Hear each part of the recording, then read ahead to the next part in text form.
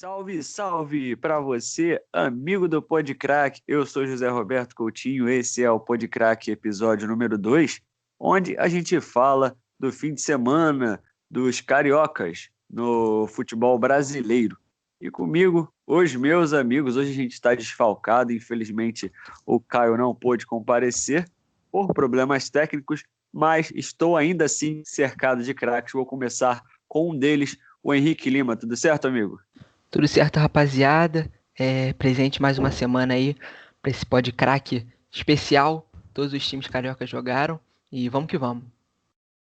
Vamos que vamos, tem muito assunto para falar. E o meu convidado, meu amigo número 2, é ele, Luiz Felipe. Tudo certo, Luiz? Tudo tranquilo. O que não tá tranquilo são muitas das torcidas cariocas, né? Só tem uma que tá feliz nessa rodada e a gente ainda vai discutir isso daí. Pois é, a coisa não foi muito boa aí pro futebol carioca nesse final de semana. Apenas o Fluminense festejou na rodada, mas isso é assunto para mais tarde. Vamos começar com a ordem cronológica dos acontecimentos. Vamos falar do jogo, do primeiro carioca que atuou na rodada, mas não só o primeiro carioca, a partida que abriu a rodada número 19 do Campeonato Brasileiro, que foi Botafogo e Ceará.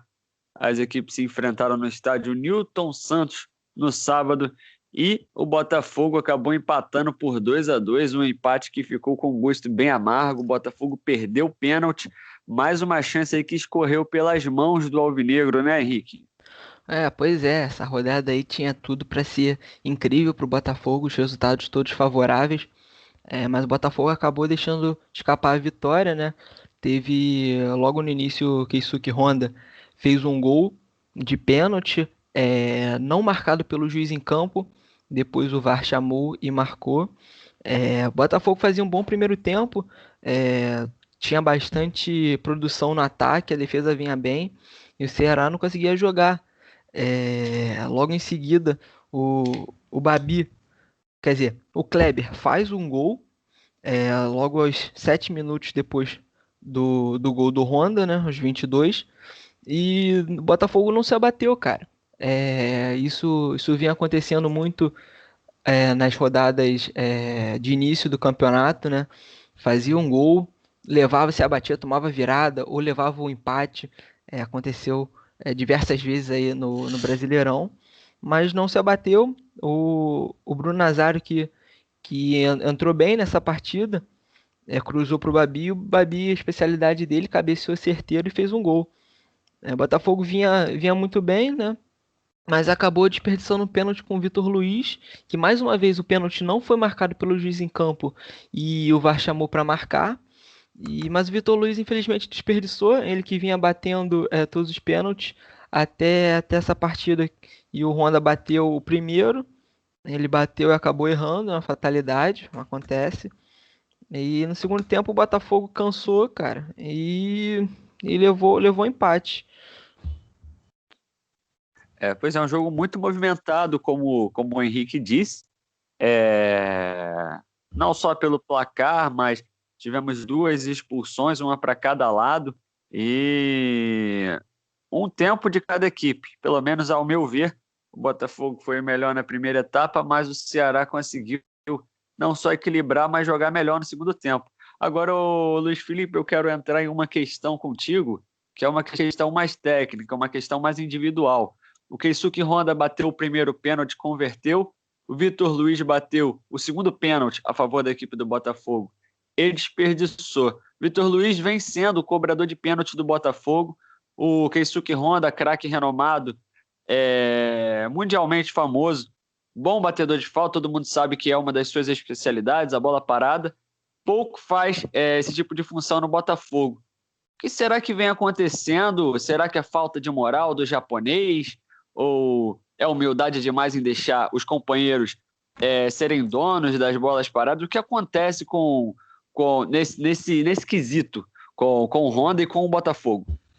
Nesse caso, José, quem tem que definir isso é o treinador. O treinador define, ele assiste os treinos, manda bater pênalti, ele decide quem tá melhor para bater. O que acontece é que o Botafogo sem técnico fica sem essa decisão. A decisão precisa ser tomada em campo e o Keisuke Honda, que vinha bem, não bateu e acabou o Vitor Luiz desperdiçando e o Botafogo perdeu esses 3 pontos importantíssimos, porque nessa hora era para fechar o caixão, fazer 3-1, mas aí acabou sofrendo um empate e na perseguição ali, porque era um confronto de 6 pontos, era para chegar à mesma pontuação do Ceará. Não conseguiu, o Ceará continua com 3 pontos acima do Botafogo e o Botafogo segue ali lutando para se distanciar da zona de rebaixamento.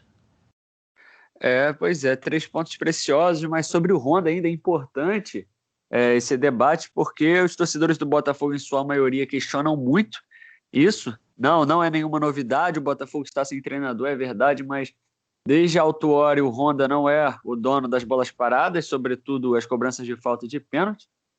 E também as mídias japonesas vêm questionando muito o porquê do Honda não ser esse homem, o responsável por essas funções.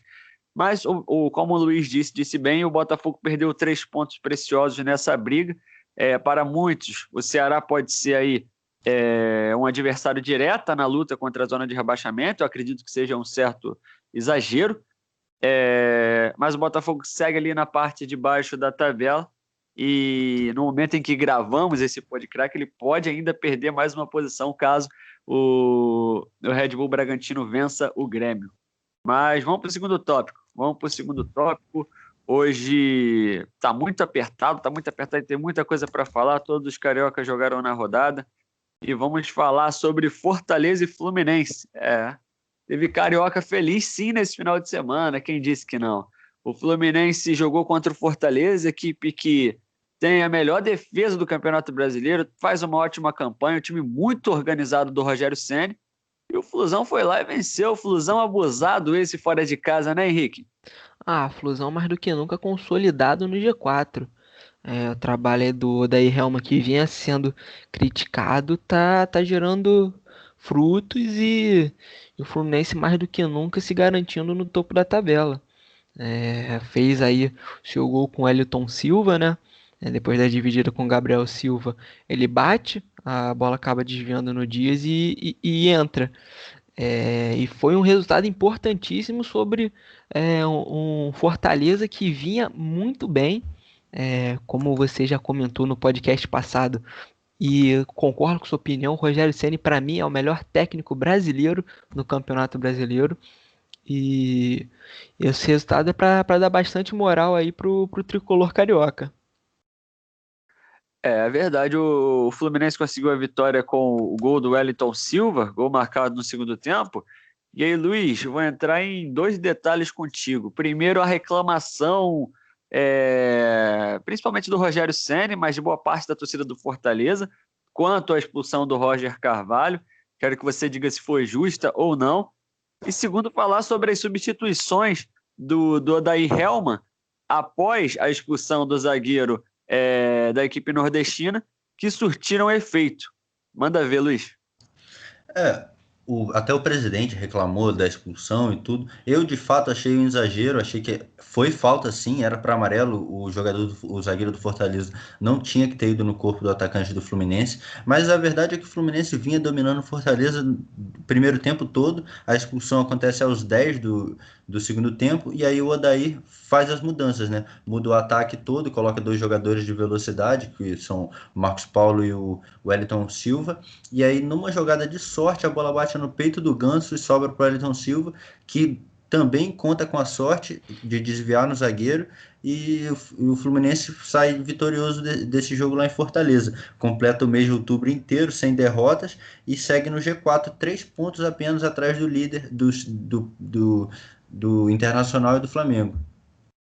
Quem diria, né, rapaz? Quem diria? O Fluminense não pela grandeza do Fluminense, é o que é indiscutível. Pelo investimento, né? Exato, pelo investimento, pelo elenco, né? Não se imaginava que o Fluminense estaria ali entre os 4 primeiros. Mas futebol e suas surpresas. Continuando falando dos cariocas, agora a gente vai para outro tópico. O Flamengo jogou no Maracanã contra a equipe do São Paulo. Rapaz, e o São Paulo deu uma sacolada no Flamengo, 4-1 para o time do Fernando Diniz. O Flamengo mais uma vez teve a oportunidade de assumir a liderança e não conseguiu. E o São Paulo, muitos dizem, né? Inclusive eu, que tá brigando sim pelo título. Tem jogos a menos em relação às equipes que estão à sua frente e vem jogando um futebol de um time que vai buscar o título até o final do campeonato. E sobre o Flamengo, ô Henrique, o que faltou ontem para o Flamengo, Henrique? Olha, complicado, né? Semana passada a gente afirmou nos palpites, né? Que seria um jogo pegado, seria 2-1, 2-2. O Luiz até falou um 3-0 Flamengo, estava confiante. O Flamengo começou bem, logo aos 5 minutos o Pedro marcou, uma boa saída de bola, né? Toque de casquinha, Pedro dominou e bateu de chapa no canto esquerdo. Mas aí tudo começou a dar errado para o Flamengo.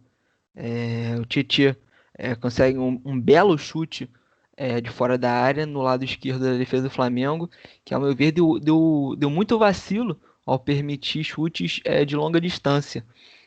Assim como esse teve outro do Reinaldo, tiveram algumas boas jogadas ali pela esquerda da defesa do Flamengo São Paulo. E o Bruno Henrique e o Pedro perdendo pênalti foram cruciais. O Flamengo, se não desperdiçasse essas cobranças, chegaria ao empate, né? A um 3-3, mas a gente não sabe se como o Flamengo e São Paulo iriam lidar com esses gols feitos durante o jogo. Gostaria de destacar o péssimo momento do Gustavo Henrique, que vem errando de maneira sistemática na zaga do Flamengo. Veio mal do jogo passado. Esse jogo contra o São Paulo errou 2 vezes, fez o pênalti e afastou mal a bola pro segundo gol do São Paulo. Então o Domenech vai ter bastante trabalho para colocar o Gustavo Henrique no eixo, para voltar a ser aquele bom zagueiro que ele vinha sendo. Tá muito mal mesmo o zagueiro Gustavo Henrique, ele que veio do Santos. E o Luiz, já entrando agora no nosso assunto, para falar a verdade, a zaga do Flamengo vem sofrendo muito. O Rodrigo Caio tá lesionado, e aí tem que colocar a molecada muitas das vezes, já que Gustavo Henrique e Léo Pereira, jogadores que vinham a princípio para brigar por uma posição, apesar do Gustavo Henrique jogar na direita e o Léo Pereira na esquerda, são 2 jogadores que não agradam a torcida do Flamengo, e na maioria das vezes a torcida se sente ainda mais confiante nos zagueiros Natan, ou então até mesmo no Noga. O Domenech, ele fez uma substituição no final do jogo, inclusive, que soou bastante polêmica. O Gustavo Henrique falhou, como o nosso amigo Henrique disse, falhou bastante, não é de agora, falhou contra o Internacional também. E o Domenech tirou o Natan e fez uma substituição. Acabou tirando o Natan, não me recordo agora quem ele colocou, mas tirou o zagueiro Natan no lugar de tirar o Gustavo Henrique. Até que ponto isso pode queimar o garoto? Que não teve culpa nenhuma nos gols do São Paulo, individualmente falando. Pois é, ele tirou o Natan para colocar o Léo Pereira. Eu acho que ele... Porque não dá também para contar com a inexperiência de 2 garotos na zaga num jogo tão grande quanto esse contra o São Paulo. A verdade é que o sistema defensivo todo do Flamengo vai mal. Tá certo que os erros do Gustavo Henrique são erros primários, mas se você pegar o 4º gol, por exemplo, do gol do Luciano, não tem como aquela bola viajar do goleiro e parar no pé do atacante, ele já está na cara do goleiro. É todo um posicionamento que vem errado da equipe do Flamengo. Só que isso passa muito também pelos desfalques, porque o Flamengo não contou com Arrascaeta, Thiago Maia, o Ilharão, que são jogadores que, querendo ou não, os meios de campo, os volantes conseguem ajudar a zaga, e também retém a bola, fazendo com que o time adversário não tenha tantas oportunidades. Então esses desfalques também acabam influenciando muito no estilo de jogo do Flamengo. Mas fora isso, foi um baile do São Paulo. Eu tinha apostado numa vitória fácil do Flamengo, pensando que no Maracanã o Flamengo ia impor sua marcação avançada, mas foi o contrário. O São Paulo, desde o início, avançou sua marcação, conseguiu roubar a bola do Flamengo e apostou nos erros individuais que acabaram acontecendo por parte do Gustavo Henrique. Luiz, primeiro, obrigado por refrescar minha memória. Às vezes a gente esquece mesmo. O Natan saiu para a entrada do Léo Pereira. E eu queria lançar uma segunda pergunta. O Henrique, se ele quiser também, ele pode responder depois. Em relação ao Flamengo contra os times ali do G4, tirando o Fluminense, os três primeiros times. O Flamengo jogou contra o Atlético Mineiro no Maracanã, perdeu. O Flamengo jogou contra o Internacional no Beira-Rio e empatou com um gol no finalzinho. E o Flamengo jogou contra o São Paulo no Maracanã e perdeu por 4-1. Muito se fala sobre a superioridade do Flamengo. Alguns até usam o termo hegemonia rubro-negra, mas quando enfrenta equipes que, pelo menos na teoria, né, se assemelham com o estilo de jogo do Flamengo, a parada azedou. O que explica isso, Luiz? Olha, eu acho que, como eu falei, os desfalques também têm um peso nessa conta, só que o Flamengo, quando perde, perde com gosto, né? E nenhuma dessas ele perdeu com gosto. Perdeu para o Atlético ali no início de um trabalho, que era o início do campeonato, e dá para entender, foi num gol contra do Felipe Luiz. Agora, contra o Inter e contra o São Paulo, contra o Inter conseguiu buscar o empate, agora essa vitória contra o São Paulo é que realmente preocupa o torcedor, porque foi uma vitória realmente em casa, um placar muito elástico para o torcedor que está acostumado, né? Que vem de um ano brilhante, né? Com Libertadores e Brasileirão, não está acostumado com o Flamengo sofrendo esse tipo de derrota. Mas é isso, o Brasileirão mostra também uma evolução das demais equipes, né? Porque ano passado o Flamengo nadou de braçada, esse ano mostra que vem aí outros times que podem fazer frente ao Flamengo. Algo para complementar a respeito, Henrique?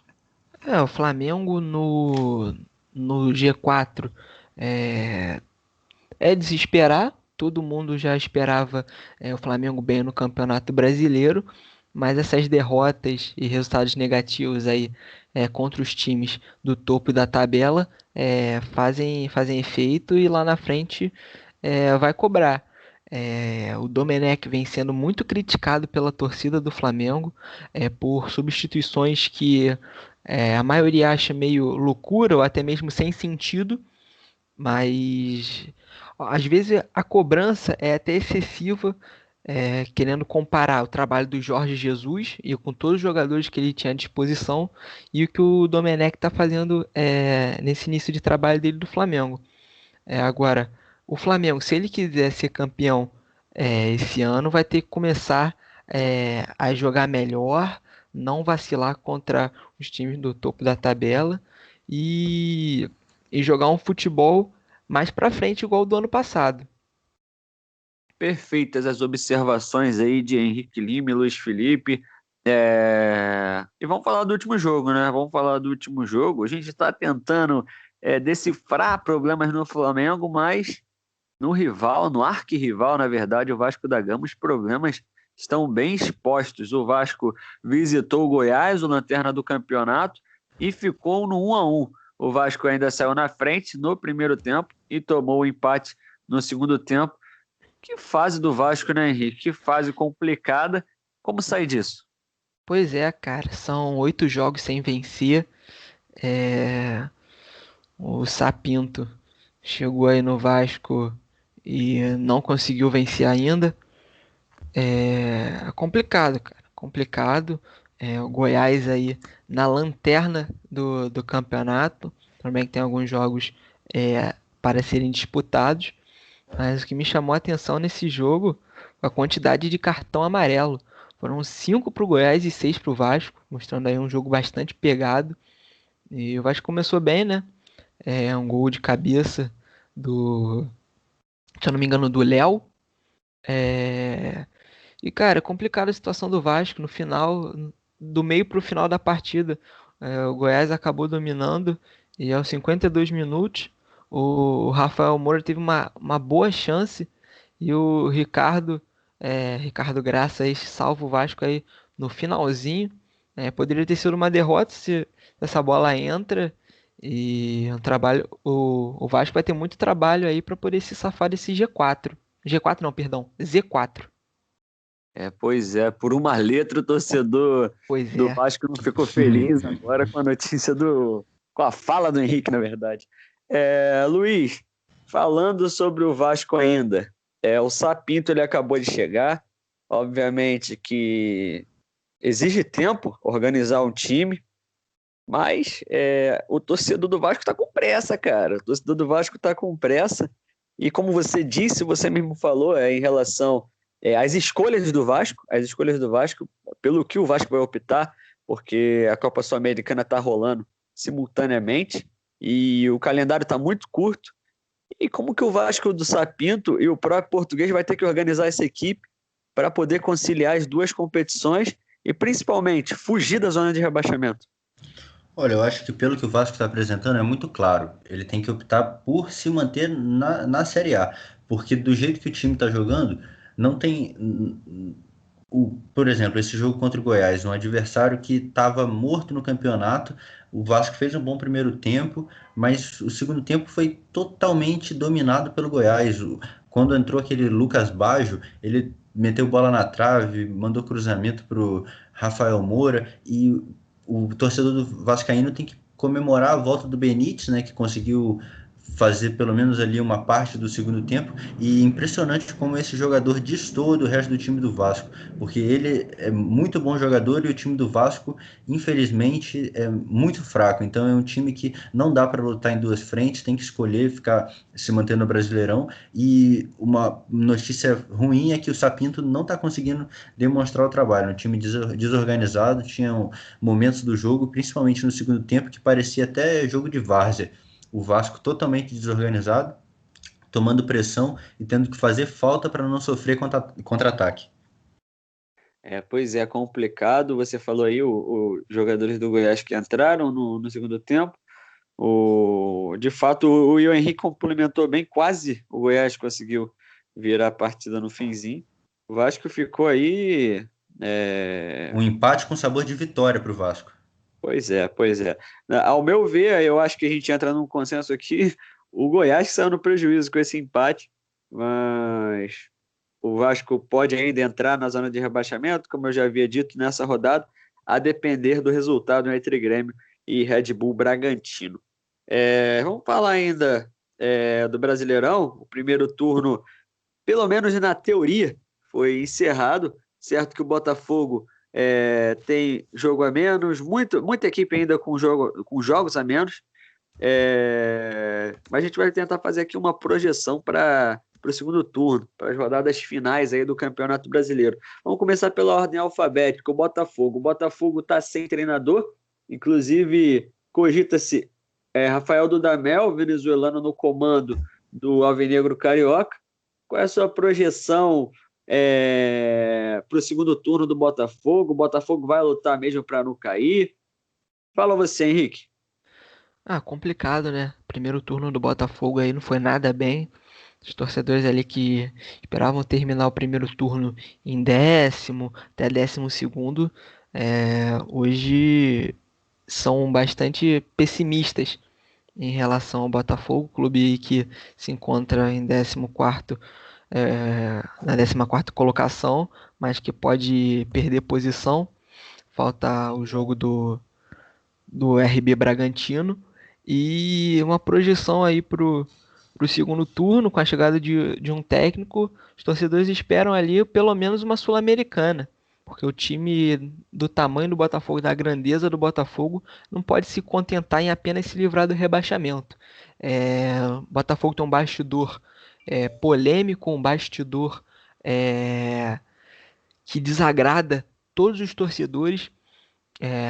A vinda da SA conturbada. Essa semana aí o influencer e empresário Felipe Neto, que tem participação de patrocínio no Botafogo, veio dar uma declaração polêmica no Twitter, expondo alguns fatos da SA. Então, o torcedor botafoguense aí tá bastante preocupado com o andamento do time, questão de dinheiro, se o time pode ou não acabar, é uma situação real que preocupa bastante os torcedores alvinegros. Ô Luiz, levando-se em consideração tudo que o Henrique falou, não só o futebol que a equipe joga nas quatro linhas, mas os problemas extracampos, qual a projeção para o Botafogo aí no segundo turno? Olha, pelo futebol que o time apresenta, acaba sofrendo pela falta de sorte, porque o Botafogo já fez vários bons jogos e não conseguiu angariar o resultado. Então, eu acho que com sorte, se conseguir beliscar uma Sul-Americana, como o Henrique falou, tá excelente para o torcedor nesse ano de 2020. O Botafogo aí, pelo menos na visão dos nossos amigos, não vai chegar muito longe, mas eu acredito que até boa parte da torcida do Botafogo acredita que só de não cair tá bom. Tem gente pensando assim, só de não cair tá bom. Vamos ver, vamos esperar aí. Mas agora vamos falar do Flamengo. Continuando na ordem alfabética, vamos falar do Flamengo. O Flamengo terminou aí o primeiro turno na vice-liderança. O que esperar do Flamengo para o segundo turno, Henrique? O Flamengo aí se encaixar o trabalho do Domenech tem tudo aí para deslanchar, para ficar aí brigando pelo primeiro lugar com o Inter, com São Paulo. E é tudo que o torcedor do Flamengo espera, né? Boas atuações, o elenco aí voltando de lesão, de seleção brasileira, todos estando aí 100% à disposição do treinador.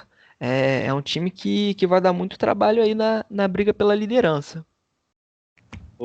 Ô, Luiz, eu acredito que você também, eu acho que o Henrique também, o campeonato vai ser disputado até o final, até a última rodada.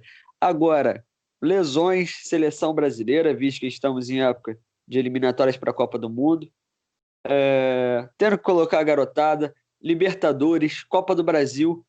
O que você acha que o Flamengo vai ter que fazer de diferente para não sofrer tanto com, com o segundo turno, se tem como fazer algo nesse sentido, né? Eu acho que o maior inimigo aí do Flamengo é o próprio calendário, porque está sofrendo com lesões, com coronavírus, como você falou, com convocação para a seleção. Então, se o Flamengo continuar apresentando esse futebol, que, diga-se de passagem, é bem inferior ao do ano passado, acho que consegue ali lutar pelo Brasileirão até o final. Agora, vai ter que optar por uma das três frentes. Eu acho que o Flamengo não tem condição e nem nenhum outro time de lutar em três competições e sair vitorioso nas três. É verdade, complicado, é complicado. É uma baita missão e vamos ver o que o Flamengo do Domenech Torrente vai arrumar aí pro restinho aí da temporada. Vamos falar de Fluminense agora, vamos falar do Tricolor das Laranjeiras, terminou no G4. O torcedor do Fluminense está sorrindo de orelha a orelha. E agora no segundo turno, o torcedor do Fluminense pode continuar acreditando nisso, né, na posição que está, ou é mera ilusão, Henrique? Olha, eu acho que o Tricolor aí tem tudo para continuar bem. Fez um bom primeiro turno, colocando muitos críticos no seu devido lugar. E para mim tem tudo aí para se manter aí pelo menos na zona de Libertadores. A gente sabe que o Campeonato Brasileiro é um campeonato extenso, bastante pegado, e o Fluminense hoje em dia não tem um grande elenco à sua disposição. Tem bons jogadores, boas peças, mas hoje em dia disputar um campeonato do tamanho do Brasileirão é complicado. Então eu acho aí que na zona da Libertadores, aí esse G4 aí pro Fluminense estaria excelente. Agora, Luiz, fugindo dos conceitos mais filosóficos, a matemática ela é exata. O Fluminense ele só disputa o Campeonato Brasileiro, não tem mais nenhum campeonato para se preocupar, está a 3 pontos do líder. Dá para sonhar com título?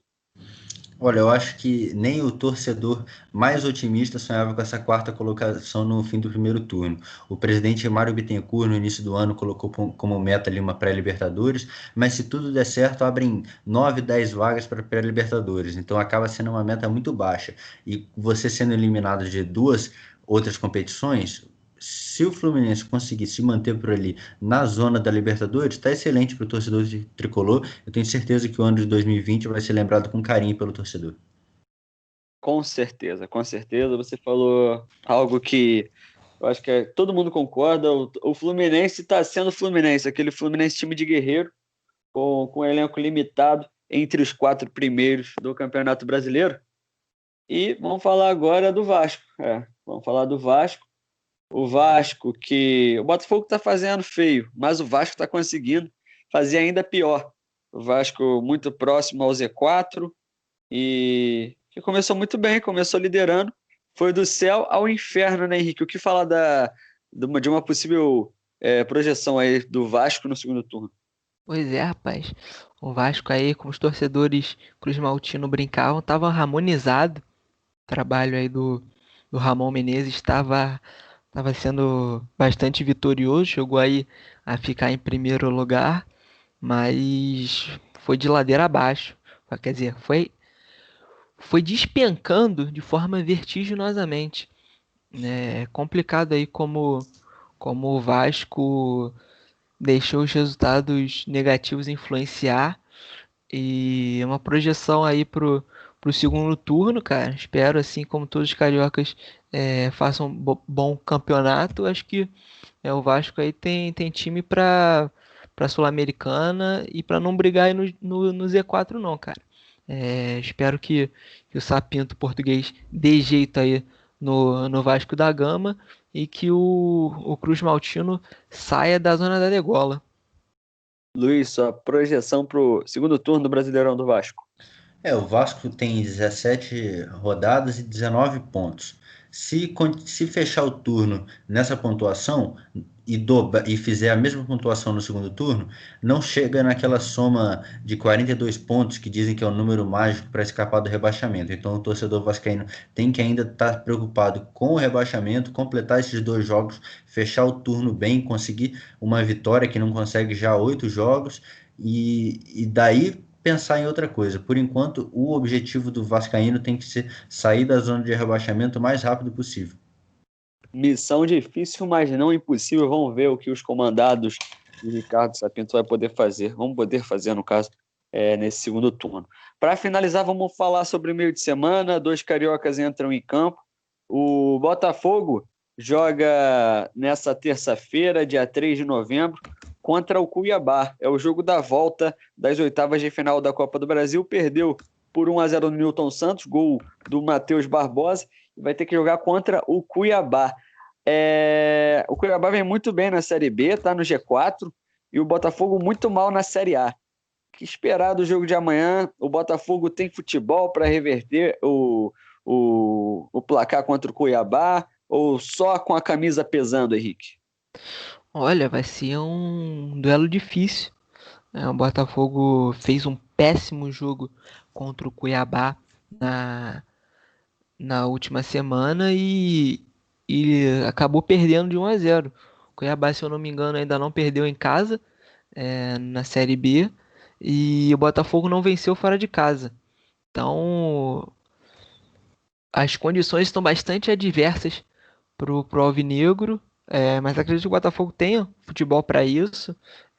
Jogou, fez boas atuações aí no Campeonato Brasileiro. Infelizmente não vem apresentando um bom futebol, mas acho que a camisa pesa nessas horas e o Botafogo tem tudo aí para conseguir passar de fase. O torcedor espera que consiga passar sem a necessidade dos pênaltis, né? Um 2-0 salvaria o glorioso das penalidades, mas caso venha as penalidades, é treinar, colocar o pé na forma, porque o Botafogo não conta com Gatito, que vem de lesão aí na patela, e Diego Cavalieri no gol é um goleiro bom, experiente, mas que alguns torcedores criticam bastante ele por ser um cara chama-gol, como alguns dizem, que toda partida ele acaba sofrendo um gol e fica complicado pro lado alvinegro. Agora, Luiz, outra questão, tem muita gente dizendo, não é de agora, que o Botafogo vem se arrastando na Copa do Brasil, que o Botafogo vem tendo sorte. Claro que existe muito aquela discussão de se pênalti é competência, é loteria. O Botafogo passou do Caxias no sofrimento, passou do Náutico nos pênaltis, depois passou do Vasco em 2 jogos bastante acirrados, em que conseguiu a vitória num gol do Matheus Babi. E agora vai enfrentar o Cuiabá. Tem muita gente dizendo também sobre as condições climáticas de onde o Botafogo vai jogar. Lógico que com a umidade reduzida, os jogadores podem cansar mais rápido. E que isso é um ponto a favor do time do Cuiabá. Inclusive, é uma questão que discute-se muito na Série B quando as equipes jogam contra o Cuiabá. Essa maré de sorte, como estão dizendo por aí, acaba amanhã ou o Botafogo consegue a classificação? Olha, eu acho que tudo com o Botafogo é no sofrimento mesmo. Então, se conseguir se classificar, vai ser no sofrimento. Mas como o Cuiabá vem de uma vitória muito boa contra o CRB em casa, 3-0, eu acho que vai acabar dando o time lá de Mato Grosso e não vai dar para o Botafogo nessa. Mas a gente mantém aí a torcida para o Alvinegro. Mas de qualquer forma, se conseguir, vai ser muito difícil para o Botafogo. É difícil mesmo. O Cuiabá está jogando bem arrumadinho, time muito bem organizado, tem tudo para subir de divisão e é importante, é sempre difícil enfrentar o Cuiabá quando se joga fora de casa, justamente por essa questão climática, e um clube que está muito acostumado a jogar nessas condições. E vamos falar sobre Caracas e Vasco. Caracas e Vasco, esse jogo acontece na quarta-feira, dia 4 de novembro, o jogo na Venezuela. O Vasco venceu o primeiro jogo em São Januário, foi sofrido, o Vasco perdeu o pênalti e fez o gol no finalzinho com o Thiago Reis. O Caracas é o líder do seu grupo no campeonato venezuelano, que está ainda no início, tem 3 vitórias em 3 jogos. E eu queria saber de você, Henrique, o Vasco, na atual fase dele, pelo futebol que vem jogando, passa do Caracas na Venezuela ou vai ficar aí nas oitavas da Sul-Americana? Olha, eu acho que passa sim. O time do Vasco aí vem de resultados negativos, mas a superioridade é indiscutível. O Vasco é um time tradicional, um time gigante do futebol brasileiro e tem que se impor aí contra o Caracas. A primeira partida entre os dois foi bastante disputada, né? Como você pontuou, o Vasco acabou perdendo um pênalti e arrumando-se o gol no final da partida. Eu espero que lá na Venezuela o Cruz Maltino possa sair na frente, possa fazer um jogo tranquilo, mas vai ser difícil. Esse jogo aí vai ser pegado e espero que o Vasco passe e passe bem. Ô Luiz, como a gente tinha comentado no podcast passado, o Caracas, antes da parada do futebol pela pandemia, empatou com o Boca em casa, venceu o Libertad jogando em casa. É um time que incomoda muito mais jogando em casa do que fora de casa. Há uma pequena altitude ainda de 900 metros na capital venezuelana. Até que ponto isso pode atrapalhar o Vasco? E eu queria saber de você, o Cruz Maltino passa ou não de fase amanhã? Eu acho que o que mais atrapalha o Vasco é o próprio Vasco. O Vasco tem que chegar com a cabeça boa, não pode deixar esse empate abalar a equipe, tem que torcer para o Benítez estar em boa condição para conseguir dar dinâmica para o meio de campo do time. Thales Magno está numa noite abençoada, porque provavelmente não vai poder contar com o Cano de novo e vai ter o Ribamar lá no ataque. Então, vai com a vantagem de 1-0. Não pode entrar pensando em segurar essa vantagem, tem que entrar para jogar, por mais que seja contra o adversário, como o Henrique falou, difícil, mas eu acho que o Vasco vai conseguir se classificar, consegue empatar fora de casa com o Caracas e sai vitorioso no agregado. Boa, show de bola. Então tá aí tudo resumido, os palpites de Henrique e Luiz Felipe. O Botafogo entra em campo amanhã, o Vasco entra em campo na quarta-feira e a gente espera encontrar vocês no Podcrack, episódio número 3, na próxima semana. Antes, as considerações finais de vocês, começando pelo meu amigo Henrique Lima. É isso, rapaziada. Muito obrigado a todos aí que assistiram o Podcrack número 2. E vamos aí para a próxima semana. Espero que todos os cariocas possam ir bem nos seus respectivos jogos. E é isso. Muito obrigado a todos. É isso aí. E Luiz Felipe, só agora você com suas considerações finais. E a gente continua aqui desejando o bem do futebol carioca nessa semana, né? É isso aí, como eu falei no início, né, essa semana não foi tão boa para todos, mas pelo menos tem uma torcida aí que pode comemorar. Então, siga ligado aí no Podcrack e até a próxima semana. Um abraço. Um abraço, eu vou me despedindo também, mandando um abraço para você, amigo ouvinte do Podcrack. Esse foi o episódio número 2 do Podcrack, o lugar onde até você é craque. Valeu, aquele abraço, tamo junto.